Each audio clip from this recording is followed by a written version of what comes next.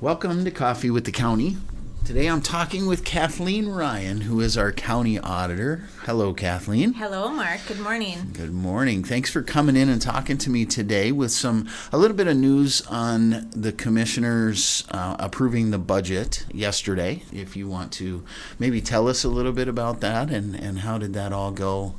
How did we get here with the budget approval yesterday? Sure.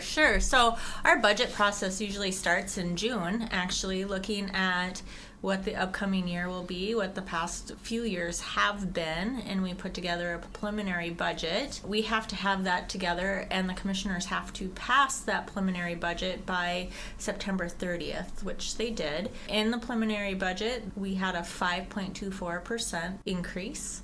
And so yesterday when we reviewed the final budget, that is the same, that levy increase did not change. It was passed at 5.24%. In that, there's some considerations that have been made to get to that amount. We have some planned use of fund balance spending, which we usually try to use fund balance to do one-time capital or one-time expenses. There's a few special categories of funds that we're able to use for special circumstances. So we have a software that we're upgrading in planning and zoning. Mm-hmm. And so we're able to use some of those recorder funds for that one-time software implementation process in planning and zoning, which will help multiple areas in the county to be more efficient and more user-friendly.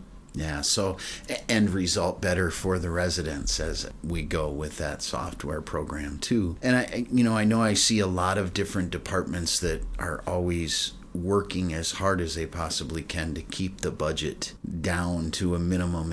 It's really a compliment to you and your team and the department head staff that work together to try to give a realistic, conservative budget to the commissioners. So it's not rainbows and unicorns and we're going to spend all kinds of money. It's really professionally done and drilled down to the dollar that makes the most sense, and I think that's great for the citizens out there.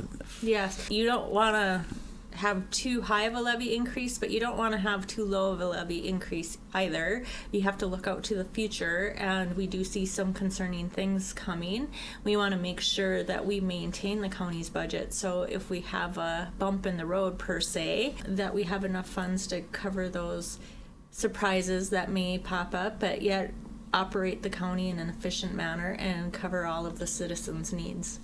So like COVID would be an example of a unexpected plan. Remember that way back when, COVID? Oh, yes. Yeah. No, I try to forget it. But that is a great example because our funding streams got really out of joint during that point, and we needed funds available to cover our expenses and keep operating, and we were able to do that. Again, because of all your great work down there in the auditor's office, all of you guys. We try, yes. So 5.24, you said? Correct. And I don't know, I'm putting you on the spot a little bit, but how does that relate to other counties in our area? I know everybody's a little bit different. Everybody works a little bit differently on things, so it's hard to say. It's not a comparison of one's better or one's worse, but are they all around that amount? Honestly, I have not fully looked. I have seen a couple articles regarding Itasca and Crow Wing. I believe Crow Wing was a little bit over 6% increase. I don't remember Itasca's now, but theirs was higher than 5. Yeah. Just the couple news articles that I've seen lately, I think we are probably one of the lowest in the area, so I feel pretty good about that.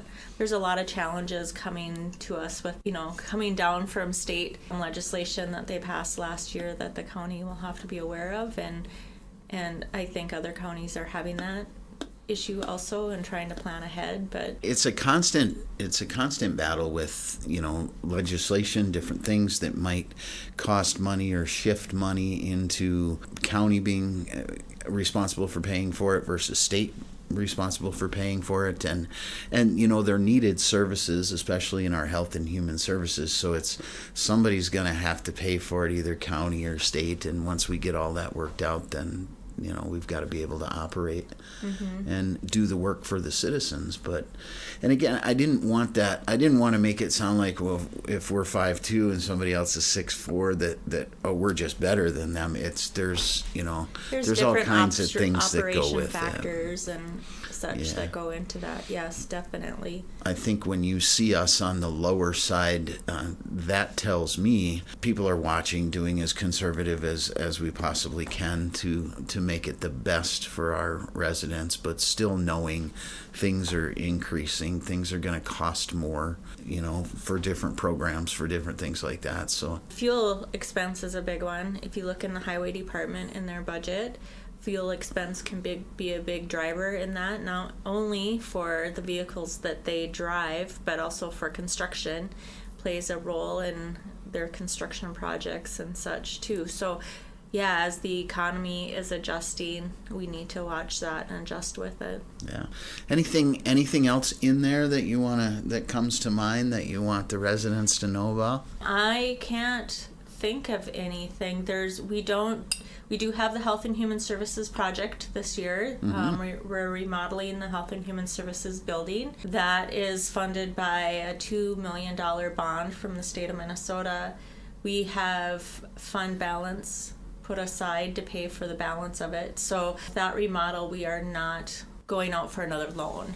Glad you brought that up, because that's important to understand that when we do a remodel or things like that for the HHS building, that was planned out for a long time. Yes.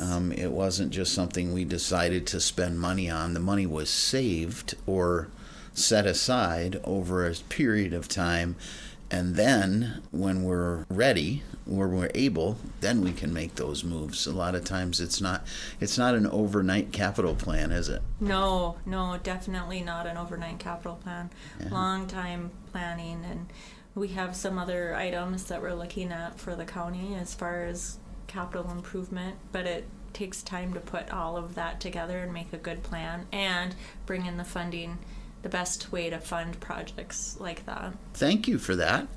And congratulations on getting a budget passed. I know that you put in a tremendous amount of work throughout the year on preparing that.